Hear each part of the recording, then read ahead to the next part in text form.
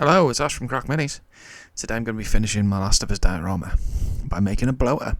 And to do that, I'm going to be using another bloater from the Noogle Blood Bowl team. I bought the set for using some of the parts to make a herd for Turnip 28, and I thought, well, save me a lot of time if I have a giant, fat, corpulent body that I can add bits to. Once I took the parts I needed off the sprue, I pulled out my nippers and my knife at a craft and hacked it to bits. Wanted to take off as much as I could so that I could add on later without it overly affecting the silhouette. Otherwise it'd be pointless using the miniature that I had as a starting point. Because when you're crafting, there's no real reason to make your life hard. Don't forget, if you can take a shortcut, there's nothing wrong with it, just take the shortcut. As long as the end result is what you want it to be. And these miniatures from the set are like straight fire, so I wanted to keep as much there as I could. Alright, so now I started moving on to the sculpting. Because I had such a hard time with the superfine white last time, I decided that I was going to mix in some of this Aves epoxy sculpt that I've got.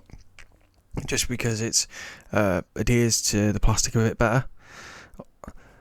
It is a little bit crumbly sometimes. With the superfine white mixed in, it came out this really nice grey colour, which I'm going to be calling grey stuff for the rest of this video, just because it's grey.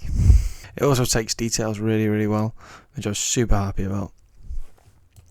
As you can see though, it was kind of letting me down with the pustules, because the bloater's like about a third of its body, or 2/3 of its body are covered in pustules, and in the game it like rips them off and throws them at you. So I wanted to have a decent amount on the model, but I didn't want to have too much that it looked like it was hindering its movement. So I wanted it to look like it would still be able to run at you. So I took a pause from them and worked on the flaps. It's cordyceps mushroom flap folds, but the thing that goes on its head and grows out of its skull, that must, with the teeth at the bottom, it's flaps. I did actually use a pretty cool skull for this. I was more interested in having the eye and the teeth showing. I mean, I lost some of the detail on the teeth while I was painting it, which really got on my nerves, but the eye's there if you look close. The flaps weren't that hard to put on, to be fair. They just a little sausage of clay, squashed flat, pushed around the skull in ever increasing amounts, and not forgetting to turn it back on itself in little places just so that it looked more natural. Not that giant flaps growing on your head looks natural in any way, but you know what I mean. While I was doing this, I worked out what I was going to do with the pustules. So I made tons of eensy teensy tiny whiny balls, just like your dad, and then I let them set overnight. Those tiny balls should be popping up on your screen, I think, about now. Maybe. I'm still working out the timing on this stuff. Yeah, I was right. So there they are, and I glued them on in strategic positions so that they looked natural. I think. Natural. Yeah, natural. So they looked natural. And then I took out, because I'm getting all fancy now, I took out a texture stick. Ooh. No more doing details with a little ball stylus now.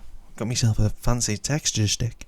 And I used that to make the edges on the wound, which the pustules had broken forth.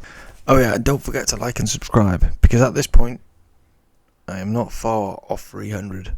I was going to aim as close to that as I can for New Year.